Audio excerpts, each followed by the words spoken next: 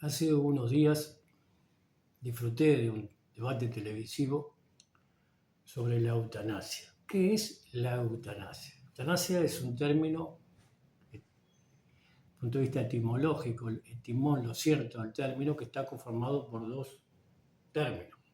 Morfológicamente eu, que es lo correcto, lo adecuado, eu, y thanasia, que viene de thanatos. Thanatos es muerte. Hay una pulsión de muerte, que dijera Freud, un yetzer hara, el mal, la mala voluntad, el mal impulso, el mal deseo, la intención, con el yetzer hara, el eros, la pulsión de vida. Y en esa discusión había posiciones encontradas, por supuesto, un debate de los más refinados que escuché. Había un senador de la República bastante pobre, leía el proyecto de ley, una psiquiatra, máster, ambos defendiendo en contra, donde se defendió la posición de que eutanasia no era una respuesta al sufrimiento insoportable, como dicen, es lo que evita en forma compasiva este fármaco, o la administración de un fármaco para acelerar una muerte adecuada. Y otros diputados, médicos, una muchacha abogada que había sufrido o acompañado en el dolor a su padre, una enfermedad degenerativa terrible, el padre había pedido, pero la ley no lo permitía. Una directora de un diario que redactó, la directora de redacción, más cerca del pro-eutanasia, pro la legalización de esa, o de la administración de ese fármaco, esa muerte asistida. Un director de otro diario que dio una respuesta talmúdica interesante, me pareció. Me hizo recordar, yo tengo un gesto que una vez reconocí en un video por un rabino. Esas cosas que uno tiene que no sabe qué significan, que hace y que dice, y que están incorporadas en el lenguaje corporal, podríamos decir. El cuerpo como caja de resonancia del alma, el cuerpo, dicen, el cuerpo susurra, luego habla, luego grita, el alma se expresa en el cuerpo, el lenguaje corporal o el lenguaje de los gestos. Entonces, este gesto que decía el lector de ese diario, de otro diario, esto y aquello es verdad. Decían, los dos me convencen, decía, tanto el que está en contra de la muerte asistida, la muerte digna o adecuada, esa dice la adecuada muerte, y los que promueven estar en contra de dicha muerte asistida. ¿Qué es la muerte adecuada? En el Talmud dice que David, se explica que David, esta figura retórica, el rey David Amelech, el autor de los Salmos, que conversaba con Dios, promotor del Eibodedut, la práctica, el arte de conversar con Dios, le hacía preguntas y yo respondía. Pero hay una pregunta, dice la tradición, que Dios nunca le pudo responder. Le decía, ¿cuándo voy a morir? La tradición hebrea dice que se fue asignado un tiempo para nosotros. Cada uno tiene un tiempo, una cantidad de tiempo para cumplir con un propósito. Sobre todo aprender, a entender. Y dice que 1000 años se había dado a Adán, 1000 años. Pero no había tiempo para David. Y David tenía que nacer. David es el promotor en esta mitología hebrea. Adam es un acrónimo de Adam, David y Mem, que es Mesías, Mashiach. Aquel que puede, en nosotros todos somos seres humanos, hay un viaje, una aptitud davídica, preguntar, indagar, ser curioso, explorar la realidad.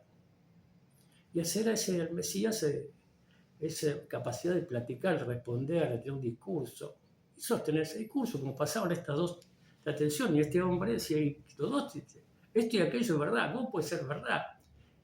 Hay grados de comprensión.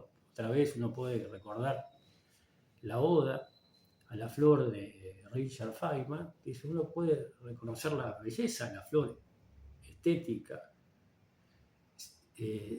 superficial, pero si uno es un botánico o un científico, va a reconocer la belleza intrínseca de la flor.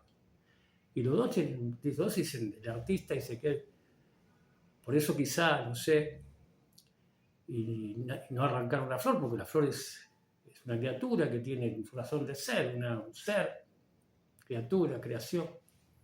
Por eso quizá otra vez nadie lleva flores a los cementerios judíos.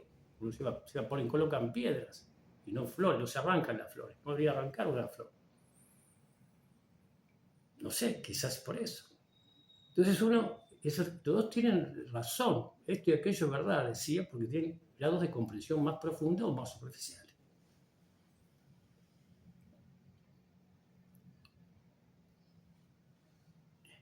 Y entonces David dice, cede a Adán otra vez, de los 1000 años, 70 años, que van a ser dados a David, para que David viva. Entonces, Adán vive 930 años y David va a vivir 70 años. Pero no sabe uno cuánto va a vivir, uno no sabe cuál es el colofón, cuándo le van a quitar el respirador en términos metafóricos, cuándo va a ser ese muerto. Lo que promueve, citaba esta psiquiatra muy interesante la argumentación en contra de la eutanasia, la muerte asistida, la muerte correcta. Quizás se podría aventurar, todas las muertes son correctas, si en el momento preciso, siguiendo la tradición hebrea. Uno va a ser el momento que se nos da un tiempo, digamos, y ese tiempo caduca. Es acompañar en ese sufrimiento insoportable. Y hay una diferencia sustancial entre sufrimiento y dolor. Necesitaba a un médico, un experto en bioética que pertenecía a la comisión de revisión en los Países Bajos, en Bélgica, ahora Países Bajos, Holanda, Netherlands.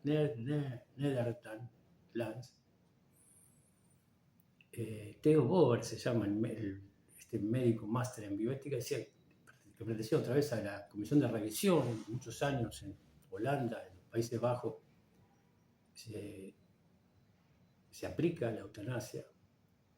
Y ya decía que no es necesario, que con todos los avances de la ciencia, de la educación, es inocuo la aplicación de este asunto. Y que el tiempo va a ser que aumentó la cantidad de muertes.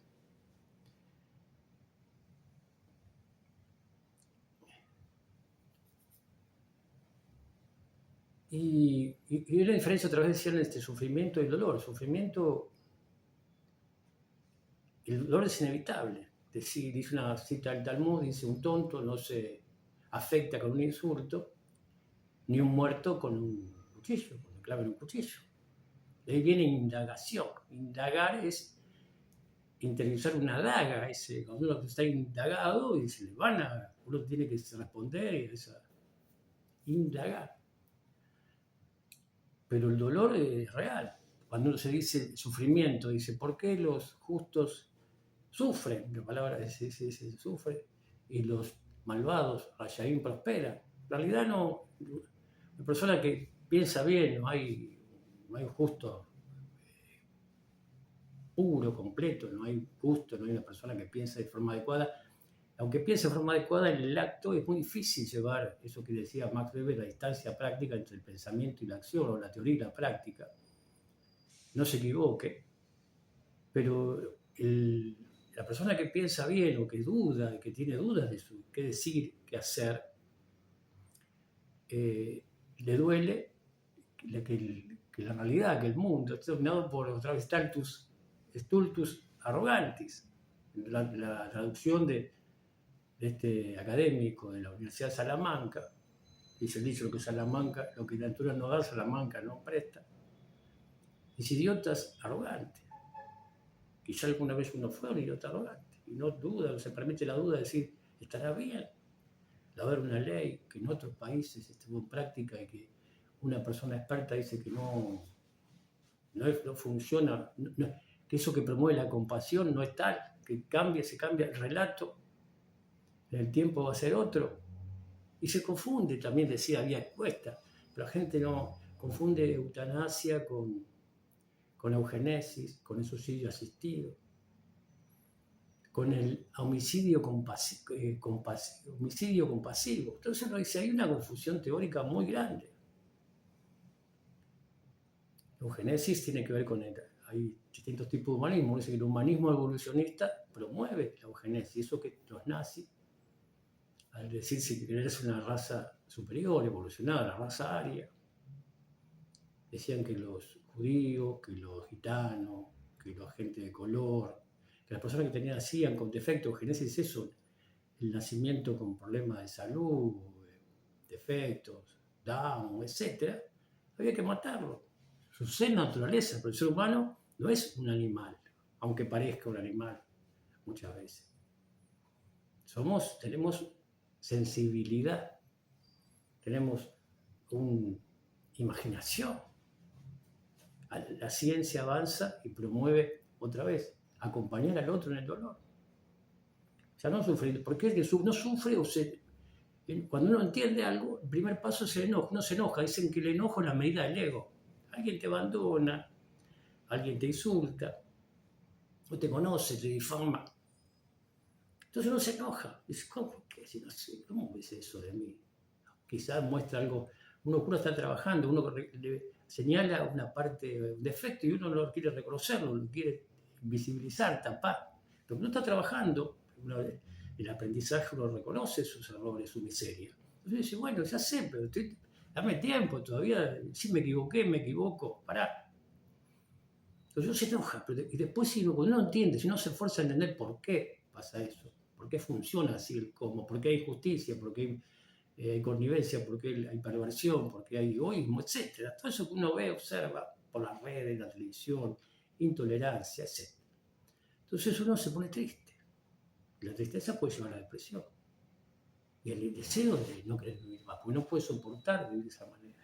Decía esta doctora, está el suicidio. ¿Por qué no promueve, decía el médico, el suicidio asistido? ¿Por qué voy a asesinar? Y es lo mismo.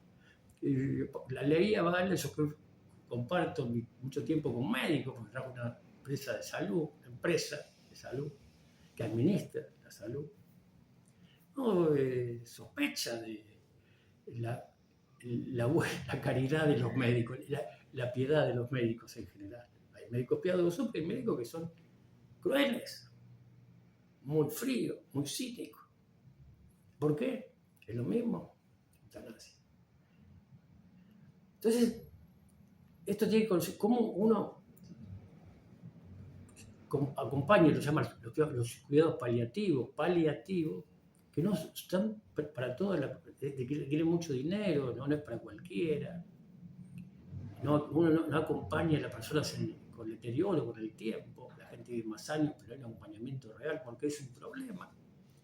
La gente ya no es, ni los niños, otra vez, ni los ancianos. Lo importante es ser productivo, esto que traía Byung-Chul Han, dice, llevar así al cansancio, que uno producir.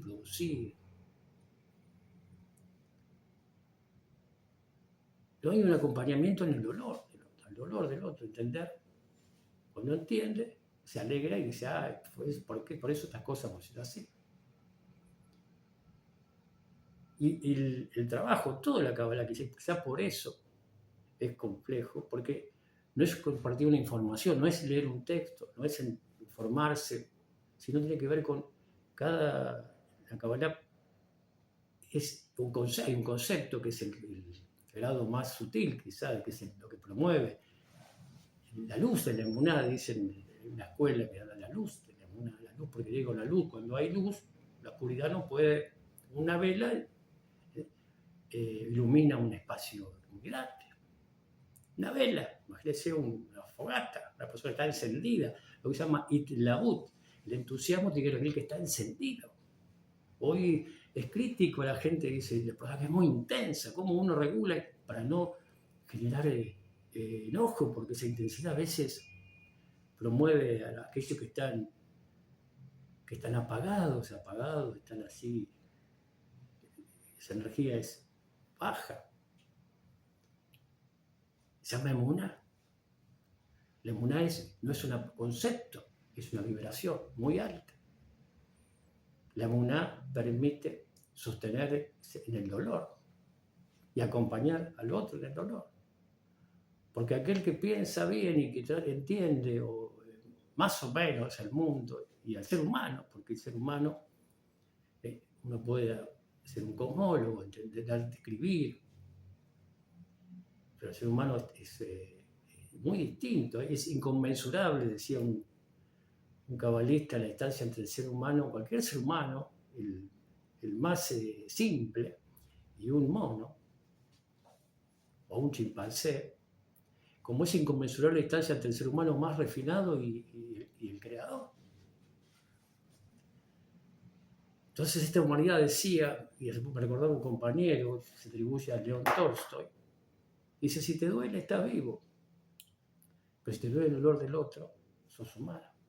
Esa es la definición de humano. Entonces la emuná, esta vibración, energía, nos permite sostenernos en el dolor y acompañar el dolor a nosotros. Sin eutanasia, no, sin muerte asistida. No tiene que ver con la compasión. Compasión es un término budista, la piedad. Gesed, que tiene que ver con encontrar el orden, entender qué parte del orden nos compete y por qué esa persona está padeciendo ese dolor. ¿Por qué tiene quizá lo que la prueba está en cómo acompañamos a aquel que le duele? ¿Cómo nos duele el dolor del otro? ¿Por qué? Porque la realidad se pauta porque el mundo está dirigido por eslatus arrogantes. No seamos un eslatus arrogante. Dudemos de esta discusión. El periodista, el que dirigía el debate, le notaba una ideología, digo yo, una ideología que estaba a favor de estos procedimientos médicos supuestamente compasivos. Yo me quedo con la psiquiatra, con Theo Boer, el holandés o el neerlandés, que dice, cuidado porque no hay compasión. Emuná, todo el trabajo de Kabbalah, el entrenamiento, Imun, estamos entrenando el emuná, entrenamiento de esto que es más que un concepto, la confianza en la providencia divina, que hay una razón de ser en nuestras circunstancias. Pero para eso hay que hacer silencio.